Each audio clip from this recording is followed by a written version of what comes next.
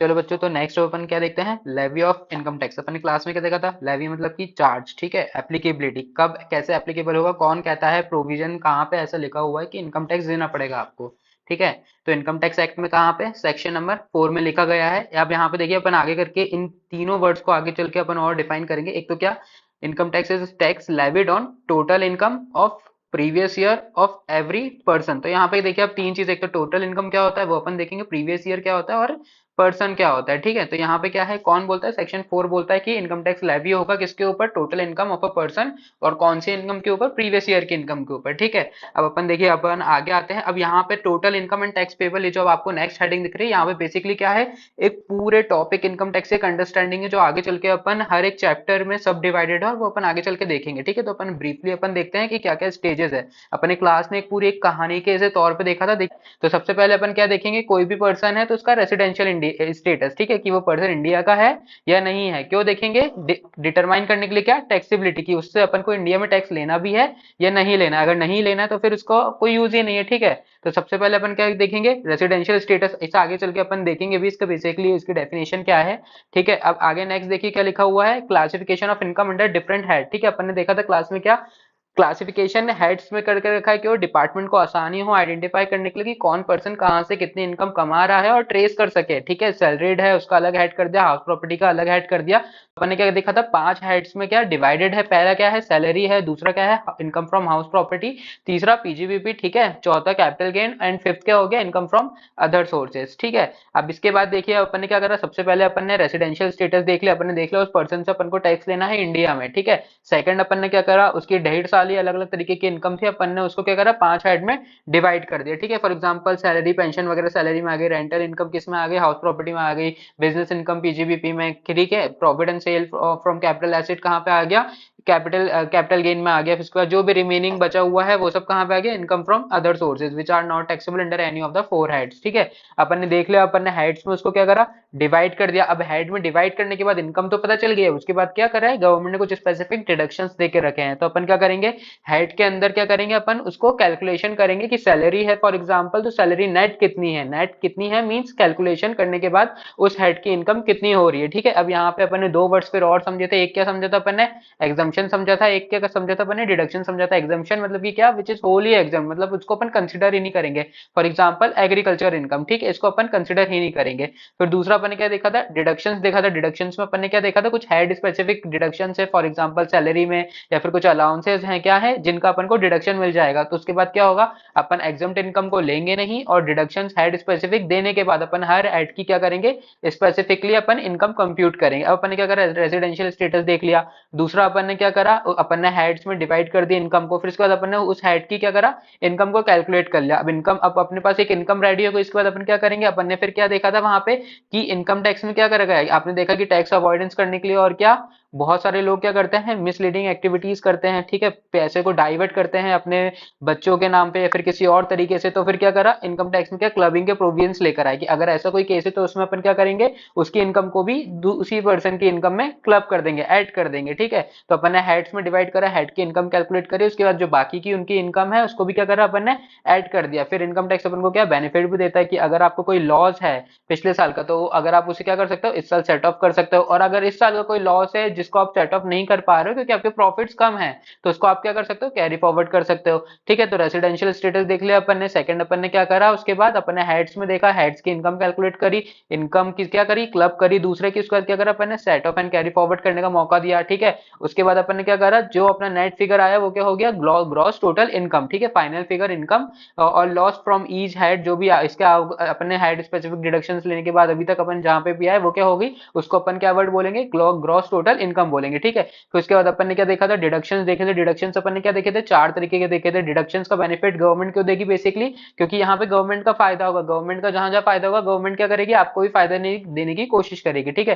तो deductions government ने क्या बोला, 4 तरीके से। एक तो क्या बोला, पेमेंट बेस्ड डिडक्शन, कि अगर आप यहाँ पे पैसा डालोगे, क्या लाइफ इंश्योरेंस में हो गया, कॉन्ट्रीब्यूशन टू पीएफ वगैरह हो गया, सब पैसा कहाँ जा रहा है, गवर्नमेंट के पास जा रहा है, ठीक है, गवर्नमेंट यूज करेगी अपने हिसाब से। तो यहाँ पे क्या होना, आप यहाँ पे पैसा डालिए तो हम आपको क्या देंगे, डिडक्शन देंगे, मतलब आप सर्टेन पेमेंट करेंगे तो उस बेसिस पे आपको क्या मिल रहा है, डिडक्शंस हो गए। तो ठीक है, फिर दूसरा अपन ने क्या देखा, अगर आप सर्टेन तरीके की इनकम कमाओगे तो आपको क्या मिलेगा, डिडक्शंस मिलेगा। फॉर एग्जांपल रॉयल्टी, यहाँ पे क्या हुआ, फॉर एग्जांपल आप कुछ नया कर रहे हो, इनोवेटिव कर रहे हो, तो क्या हो रहा है, इंडिया का नाम रोशन हो रहा है। तो गवर्नमेंट ने क्या बोला, आप सर्टेन तरीके की इनकम कमाओगे तो भी हम आपको डिडक्शन देंगे, आप सर्टेन तरीके की पेमेंट करोगे तो भी हम आपको क्या देंगे, डिडक्शन देंगे। और यहाँ पे आप देखिए डिडक्शन ऐसा नहीं कि सिर्फ आपका फायदा हो, क्योंकि क्या है, यहाँ पे गवर्नमेंट का भी फायदा है, इसलिए आपको डिडक्शन मिल रहा है। फिर तीसरा अपन ने क्या बोला था, in respect of certain income करके, कि अगर फॉर एग्जांपल एक जनरल पर्सन है तो उसकी क्या सेविंग पे ऊपर थोड़ा बहुत डिडक्शन उसे मिलना चाहिए। तो कुछ जनरली सर्टन डिडक्शन देके रखे हैं, और फिर कुछ क्या होगा, अदर डिडक्शन जो कि सोसाइटी नीड्स के अकॉर्डिंग देखे रखे हुए, for example on the basis of disability. ठीक है, तो अपने डिडक्शंस को क्या देखा था, चार चार फॉर्म में डिवाइड कर दिया था, on the basis of payment, on the basis of certain income, on the basis of other income and other deductions. ठीक है, उसके बाद अपन ने क्या करा, अपन ने ग्रॉस टोटल इनकम ऊपर कैलकुलेट कर रही थी। ठीक है, ग्रॉस टोटल इनकम पे अपन कैसे आए थे, अपन ने हेड्स की इनकम कैलकुलेट करी थी। हेड्स के इनकम के बाद अपन ने सेट ऑफ के रूल्स लगाए गए थे, क्लबिंग के रूल्स लगाए थे, उसके बाद अपन जीटीआई पे आ गए थे। जीटीआई में से अपन ने क्या करा, डिडक्शंस को लेस कर दिया, उसके बाद अपन किसके ऊपर आ गए, टोटल इनकम के ऊपर आ गए। अब टोटल इनकम में इनकम टैक्स में क्या करते हैं, राउंड ऑफ कर देते हैं। अब ये नहीं कि आपका 97 रुपीज का टैक्स बनना है तो गवर्नमेंट 7 रुपए के पीछे आपसे जो चिंदी चोरी वो क्या करते हैं, राउंड ऑफ कर देंगे, उसे राउंडेड ऑफ से कहाँ कर देते हैं, नियरेस्ट 10 रुपीज में कर देते हैं। ये हर जगह नियरेस्ट 10 ही रहेगा। ठीक है, तो जो भी आपका टैक्स आया उसको क्या करा, टोटल इनकम हुई या फिर टैक्स आया उसको क्या करते हैं, राउंड ऑफ कर देते हैं नियरेस्ट 10 पे। अब यहाँ पे देखिए यही अपने प्रोसेस अभी ऊपर पूरी देखी, कंप्यूटेशन ऑफ टोटल इनकम में सबसे पहले रेसिडेंशियल स्टेटस देखा कि इंडिया में उसे टैक्स लगना भी चाहिए, नहीं लगना चाहिए, तो हेड देखा कौन से हेड में उसका टैक्स लगना चाहिए। 5 हेड्स हैं जो अपन एक एक करके आगे चैप्टर्स में कवर करेंगे। फिर उसके बाद अपन ने हेड स्पेसिफिक क्या करा, इनकम कैलकुलेट करी। उसके बाद अपन ने क्लबिंग के प्रोविजन देखे कि अगर पैसा कहीं पे डाइवर्ट करने की कोशिश कर रहा है तो हम उसे आपसे ही वसूलेंगे, आपके इनकम में ऐड करके आपसे ही टैक्स लेंगे। फिर उसके बाद हमने आपको बेनिफिट भी दिया, पिछले साल का लॉस वगैरह है तो सेट ऑफ कर लो, इस साल का आपका लॉस बचे तो उसे कैरी फॉरवर्ड कर लो। उसके बाद आप कहाँ पे आ गए, ग्रॉस टोटल इनकम पे आ गए। उसके बाद हमने आपको डिडक्शन का बेनिफिट दिया तो आप किस पे आ गए, टोटल इनकम पे आ गए। अब आपकी इनकम आपको पता चल गई तो अब क्या करेंगे अपन, नेक्स्ट उसके ऊपर क्या करेंगे, रेट ऑफ टैक्स लगा देंगे आपकी टोटल इनकम के ऊपर। ठीक है, और टैक्स अपन ने देखा था फर्स्ट वाले अपने लेक्चर में कि वो कहाँ पे दिखा रहता है, एनुअल फाइनेंस एक्ट में लिखा रहता है कि क्या रहेगा अपना रेट का परसेंटेज। ठीक है, और अभी आपको पता है कि दो स्लैब रेट है, अपन ने क्लास में डिस्कस करा था। तो दूसरा क्या है, AK 115 BSc में क्या दिया हुआ है, अदर से एक ऑप्शन है कंसेशनल, लेकिन इसमें बेनिफिट्स है, बहुत सारी कंडीशन है, किसके लिए है, और ये इंडिविजुअल एंड HUF के लिए। ठीक है, तो दो आपके पास रेट्स हैं, और अभी अपन यहाँ पे बेसिकली ब्रॉडली देख रहे हैं। तो जो भी आपकी टोटल इनकम है उसके ऊपर जो भी रेट ऑफ टैक्स है वो अपन एप्लीकेबल करेंगे, जो भी आप स्लैब सिलेक्ट करते हैं उसके हिसाब से। और कुछ सर्टेन स्पेशल इनकम होती है जिसके ऊपर स्पेशल रेट्स लगते हैं, जैसे अपन ने कैपिटल गेन वगैरह में देखा है। तो इसके बाद नेक्स्ट क्या हुआ, अपन ने टैक्स कैलकुलेट कर लिया। उसके बाद आप अपन क्या करेंगे, सरचार्ज कैलकुलेट करेंगे उसके ऊपर। सरचार्ज कब लगता है, अगर इंडिविजुअल के केस में क्या हो, उसकी इनकम एक्सीड हो किसके ऊपर, 50 लाख के ऊपर। सरचार्ज किसके ऊपर लगता है, इनकम टैक्स के ऊपर लगता है। ठीक है, एडिशनल, ठीक है, एडिशनल अमाउंट। फिर अपन ने क्या देखा था, रिबेट देके रखी है अभी गवर्नमेंट ने, कहाँ पे, सेक्शन 87A में। ठीक है, जो कि किसको देके रखी है, जिसकी टोटल इनकम क्या है, नॉट एक्सीड 5 लाख रुपीज, जिसके ऊपर 5% के हिसाब से टैक्स कितना आता है, 12,500, और विच एवर इज लेस, उस हिसाब से। ठीक है, फिर अपन ने यहाँ पे कैलकुलेशन देख ली, अपन ने टैक्स कैलकुलेट कर लिया, टैक्स के ऊपर सरचार्ज कैलकुलेट कर लिया। अब दोनों अमाउंट के ऊपर क्या होगा, हेल्थ एंड एजुकेशन सेस लगाएगी गवर्नमेंट, जो कि कितना है अभी करेंटली अपन को ये क्या यूज करना है एग्जाम में, 4%। ठीक है, हेल्थ एंड एजुकेशन सेस। फिर उसके बाद क्या हुआ, अपन ने देखा कि कुछ ऐसा अमाउंट है जो कि क्या है, ऑलरेडी एडवांस टैक्स के तौर पे या फिर TDS के तौर पे डिडक्ट हो चुका रहता है, या फिर आप ऑलरेडी पे कर चुके रहते हैं, तो उसका आपको सेट ऑफ मिल जाएगा। फिर ये अपन आगे रिटर्न्स वाले चैप्टर में देखेंगे ही कि advance tax for 4 quarterly instalment में पे करते हैं, या फिर इन केस ऑफ प्रिजम्पटिव 44AD वगैरह में क्या है, सिंगल इंस्टॉलमेंट में आप जमा कर सकते हैं 15 मार्च को लास्ट इंस्टॉलमेंट में। ठीक है, उसके बाद यहाँ पे दिया हुआ है, अपन चैप्टर 9 में आगे कवर करेंगे। फिर उसके बाद अपन नेक्स्ट स्टेप क्या है कि टैक्स पेबल या फिर टैक्स रिफंडेबल जितना भी है वो कैलकुलेट होकर आ जाएगा, और ये भी अपन ने जैसे ऊपर देखा था मल्टीपल ऑफ 10 में रहेगा ये। ठीक है, अपन नेक्स्ट देखिए, अब यहाँ रिटर्न ऑफ इनकम में अपन आते हैं तो इनकम टैक्स एक्ट। अब आपने ऊपर पूरे प्रोविजन देख लिए कि अपन को क्या करना है, अपन को टैक्स जमा करना है, क्वार्टरली बेसिस पे TDS है तो डिडक्ट करना है किसी पर्सन का। अब गवर्नमेंट के पास टैक्स तो पहुंच गया, लेकिन पता कैसे चलेगा कि किसका कौन सा TDS है, किसकी क्या रिटर्न है, किसकी कितनी इनकम है। तो यहाँ पे इसलिए क्या करा, रिटर्न को मैंडेटरी करा है बताने के लिए। तो रिटर्न बेसिकली क्या है, रिटर्न एक डिक्लेरेशन ऑफ इनकम है by the SSC in the prescribe format, जो कि गवर्नमेंट बताती है ITR फॉर्म्स में, ITR 1 2 3 4 जो भी एप्लीकेबल है आपके ऊपर उस हिसाब से। ठीक है, तो ये क्या है, रिटर्न से बेसिकली क्या होता है, गवर्नमेंट के पास एक इन्फॉर्मेशन जाती है कि आपके पास कहाँ से इनकम आई है, आपका कितना TDS है, और आपके कितना टैक्स ऑलरेडी डिडक्टेड है, और कितना आपको एडिशनल पे करना है या फिर आपका रिफंड है। ठीक है, फिर नेक्स्ट अपन देखिए, अपन सेक्शन 2 में आते हैं, और अपन ने इसमें ऑलरेडी अपन लास्ट क्लास में में देख चुके हैं कि सेक्शन 2 के साथ अभी अपन इनकम टैक्स एक्ट में वर्ड सब सेक्शन नहीं क्लॉज यूज करेंगे, ठीक है। तो अपन ने अब क्या देखा, यहाँ पे सबसे पहले तो एक जनरल बात लिखी हुई है कि ऐसी जो भी टर्म्स है जो सेक्शन 2 में दिए हुए हैं तो इस एक्ट में उसकी वही डेफिनेशन मानी जाएगी, भले उसका बेसिक मीनिंग कुछ भी हो, कहीं पे उसे कुछ भी उसका मीनिंग हो, लेकिन जो हमें सेक्शन 2 में बोल दिया है हम उसे वही उसका मीनिंग मानेंगे, लेकिन ठीक है। लेकिन अगर ऐसा कोई वर्ड है जो कि एक्ट में यूज हुआ है लेकिन वो सेक्शन 2 में डिफाइंड नहीं है तो हम क्या करेंगे, उसे जनरल क्लॉज में अगर वो डिफाइंड इस एक्ट के तो वो यूज करेंगे, और अगर नहीं है तो हम उसका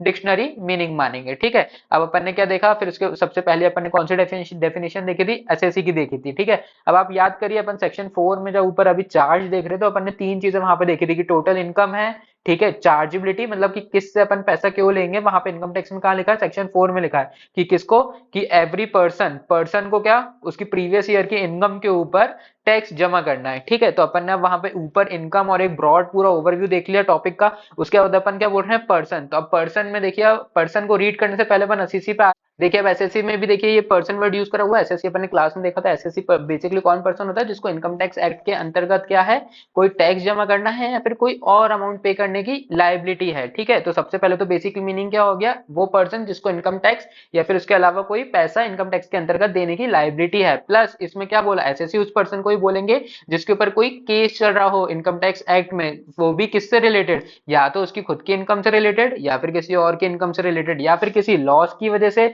वो लॉस भले उसका हो या फिर किसी और का हो, या फिर रिफंड की वजह से जो कि उसका हो या फिर किसी और का हो। तो पर्सन एसएससी में कौन सा आ गया, जिसको टैक्स जमा करना है या तो फिर कोई और अमाउंट इनकम टैक्स के अकॉर्डिंग जमा करना है, ठीक है, इनकम टैक्स एक्ट के अकॉर्डिंग।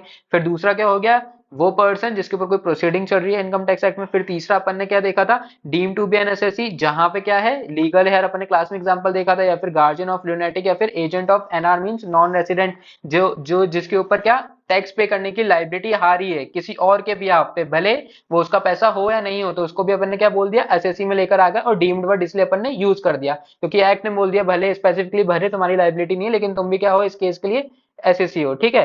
फिर यहाँ पे अपन ने नेक्स्ट क्या देखा था, एसएससी इन डिफॉल्ट, ठीक है, भले उस पर्सन के ऊपर मींस ऐसा कोई पर्सन, अपन ने क्या देखा था, एसएससी इन डिफॉल्ट की definition, who fail to fulfil क्या statutory obligation under the income tax act, ठीक है, किसी बंदे ने डिफॉल्ट कर दिया, स्टैट्यूटरी ऑब्लिगेशन फुलफिल नहीं करी, ठीक है। तो ऐसा नहीं है कि उसे टैक्स जमा नहीं करना है, ठीक है। इनकम टैक्स एक्ट में वो बोले कि यार मुझे तो टैक्स ही नहीं देना है अब, लेकिन अपन उसे क्या बोलेंगे, तुम एसएससी इन डिफॉल्ट, तुमने डिफॉल्ट करा है, तुमने कंप्लाई नहीं करा है, इसलिए तुम्हें टैक्स नहीं देना बन रहा है, लेकिन तुम्हें टैक्स क्या देना पड़ेगा, हम तुम्हें एसएससी की डेफिनेशन में इंक्लूड कर रहे हैं bye purview of section 2 sub section 7। फिर अपन ने से ऐसे याद करने का तरीका देखा था कि पर्सन कितने होते हैं इनकम टैक्स एक्ट में, 7 होते हैं, एसएससी कौन होता है, पर्सन होता है, 2 सब सेक्शन 7, ऐसे आप याद कर सकते हो उस हिसाब से, ठीक है। और ये 4 नंबर की आई थी लास्ट अटेम्प्ट में, ठीक है। फिर अपन नेक्स्ट क्या देखा था, असेसमेंट। बेसिकली अपन ने देखा था असेसमेंट क्या होता है, असेसमेंट बेसिकली असेस करना, असेस क्या मतलब कि पता करना, पता क्या करना, फॉर एग्जांपल इनकम टैक्स में अपन क्या पता कर रहे हैं, सबसे पहले तो इनकम पता कर रहे हैं, तो प्रोसीजर क्या है, assessment is a procedure by which income is assessed और इज डिटरमाइंड, ठीक है, असेसमेंट मतलब पता करना। फिर बेसिकली अपन किस में आते हैं, नेक्स्ट अब पर्सन। अब अपन ऊपर इतनी पंचायत कर कर आए कि अपन ने देखा दो जगह पे, एक तो अपन ने सेक्शन 4 में देख लिया कि क्या, कि वो कि पर्सन की इनकम के ऊपर जो उसने प्रीवियस ईयर में कमाई उसके ऊपर टैक्स देना पड़ेगा, लेकिन पर्सन मतलब कि क्या, कहाँ पे लिखा हुआ है, ठीक है। फिर अपन ने ऐसे ऊपर एसएससी में देखा कि एसएससी मींस क्या, एसएससी मींस अ पर्सन, ठीक है, लेकिन पर्सन मतलब क्या, तो अब अपन देख रहे हैं पर्सन मतलब कि क्या, तो पर्सन इनकम टैक्स एक्ट में क्या वो कहां पे डिफाइन है, सेक्शन 2 क्लॉज 31 में, ठीक है। तो पर्सन अपन ने कितने देखे थे, 7 होते हैं, individual, HUF, company, firm, AOP, BOI, local authority and artificial judiciary person, ठीक है। अपन एक एक करके देखते हैं। इनकम टैक्स एक्ट में अपन इंडिविजुअल देखा था, इनकम टैक्स इंडिविजुअल मतलब कि कौन, अपन लोग, नेचुरल पर्सन, ठीक है। इसमें क्या मेल्स एंड, ये बताने की चीज है कि मेल्स एंड फीमेल दोनों इंक्लूड होगी, ठीक है। माइनर इंक्लूड होगा, a person of unsound mind भी इंक्लूड होगा, ठीक है। But assessment in case of made, अब ठीक है, अपन ने क्लास में अपन देखा था कि अनसाउंड पर्सन के केस में क्या होगा, गार्जियन वगैरह के या फिर उनके जो मैनेजर वगैरह होंगे जो कि इंटाइटल्ड है टू रिसीव इनकम, उनके ऊपर भी टैक्स लायबिलिटी आएगी, ठीक है। तो इंडिविजुअल बेसिकली क्या, नेचुरल पर्सन होगा। फिर दूसरा अपन ने क्या देखा, HUF, HUF income tax act में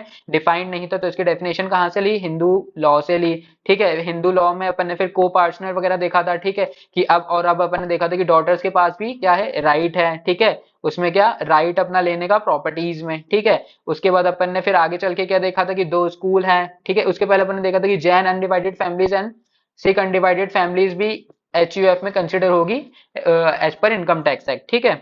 फिर उसके बाद अपन ने क्या देखा, हिंदू लॉ के अकॉर्डिंग दो स्कूल्स थे, दयाभागा स्कूल्स एंड मितक्षरा। फिर उसमें अपन ने क्या इन दोनों के बीच में डिफरेंस देखा था कि जो भी दयाभागा स्कूल है ये इसकी जो प्रोविजंस है वो कहाँ पे एप्लीकेबल होते हैं, बस वेस्ट बंगाल एंड असम में। और जो मिताक्षरा है इसके प्रोविजंस कहाँ एप्लीकेबल होते हैं, रेस्ट ऑफ द इंडिया। फिर दोनों में डिफरेंस अपन ने क्या देखा था, एक में अपन ने क्या देखा था दयाभागा में कि वहां पे क्या होता है, nobody acquires the right by birth, मतलब कि क्या होगा, जब तक कि फैमिली मेंबर जो भी इनका करता है, करता मतलब अपन ने क्या देखा था, हेड ऑफ द फैमिली जिंदा है, जब तक किसी के पास भी कोई प्रॉपर्टी का राइट नहीं जाएगा, ठीक है, जब उसकी डेथ होगी उसके बाद ही उसका क्या होगा, राइट ट्रांसफर होगा। तो वो कहाँ पे एप्लीकेबल है, दया भागा के केस में। लेकिन अपन ने देखा राजा महाराजा के केस में कि राजा का बेटा तो क्या है, राजा है, ठीक है, तो इस केस में क्या होगा, जो भी वो बेटा है वो क्या है, उसके पास मान लीजिए बचपन से ही उसका राइट आ जाएगा प्रॉपर्टी का, ठीक है, whether irrespective of the fact whether the adult was living, मतलब कि जो भी उनका रिस्पेक्टिव करता है वो जिंदा हो या नहीं हो, जैसे ही जो भी बच्चा होगा क्या होगा, उसके पास राइट आ जाएगा बाय बर्थ, ठीक है। फिर यहाँ पे अपन ने नेक्स्ट अपन ने तो क्या देखा था, नेक्स्ट अपन ने क्या देखा था, कंपनी की डेफिनेशन। अब आप देखिए, आप इनकम टैक्स रीड कर रहे हैं तो कंपनी की डेफिनेशन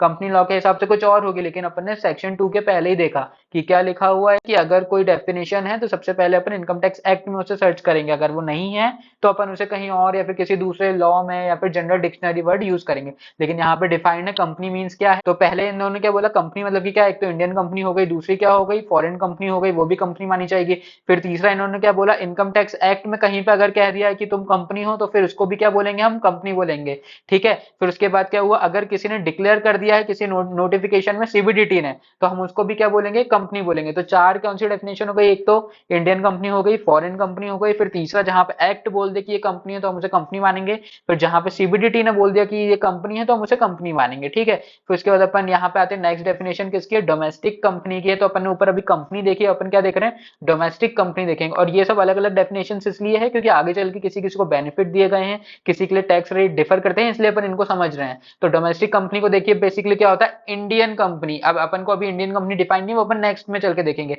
तो डोमेस्टिक कंपनी बेसिकली क्या होती है, एक इंडियन कंपनी है, ठीक है, और एनी अदर कंपनी मींस, या तो एक तो इंडियन कंपनी है वो डोमेस्टिक कंपनी है, और या तो फिर कोई अदर कंपनी जिसने क्या करा है, पेमेंट ऑफ डिविडेंड के लिए क्या करके रखा है, स्टैब्लिश करके रखे हैं arrangement for payment of dividend with in India, ठीक है। तो डोमेस्टिक कंपनी के अंदर क्या क्या आ गई, एक तो इंडियन कंपनी हो गई और दूसरी अदर कंपनीज मतलब कि फॉरेन कंपनी जो कि इंडियन कंपनी नहीं है, लेकिन जिसने अरेंजमेंट करके रखे हैं क्या, डिविडेंड पेमेंट के लिए विद इन इंडिया, वो भी किसमें आ गई, डोमेस्टिक कंपनी में। तो डोमेस्टिक कंपनी के अंदर दो पॉइंट्स हो गए। अब अपन ने ऊपर देखा डोमेस्टिक कंपनी के अंदर क्या आता है, इंडियन कंपनी। अब इंडियन कंपनी कहां पे डिफाइंड है, टू सब क्लॉज 26 में, ठीक है। इंडियन कंपनी के लिए अपन ने क्या देखा था क्लास में, जो दो कंडीशन सेटिस्फाई करते उसको हम क्या बोल देंगे, इंडियन कंपनी, ठीक है। दो कंडीशन कौन कौन सी थी, एक तो फॉर्म एंड रजिस्टर्ड कहाँ हुई हो, ये वो इंडिया में रजिस्टर्ड हुई हो, इंडिया में कौन से, कंपनी एक्ट 2013 में। दूसरा अपन ने क्या देखा था कि उसका रजिस्टर्ड ऑफिस कहाँ होना चाहिए, इंडिया में होना चाहिए। अगर ये दो कंडीशन सेटिस्फाई हो गई, वो रजिस्टर्ड वो कंपनीज एक्ट में है, और दूसरा क्या,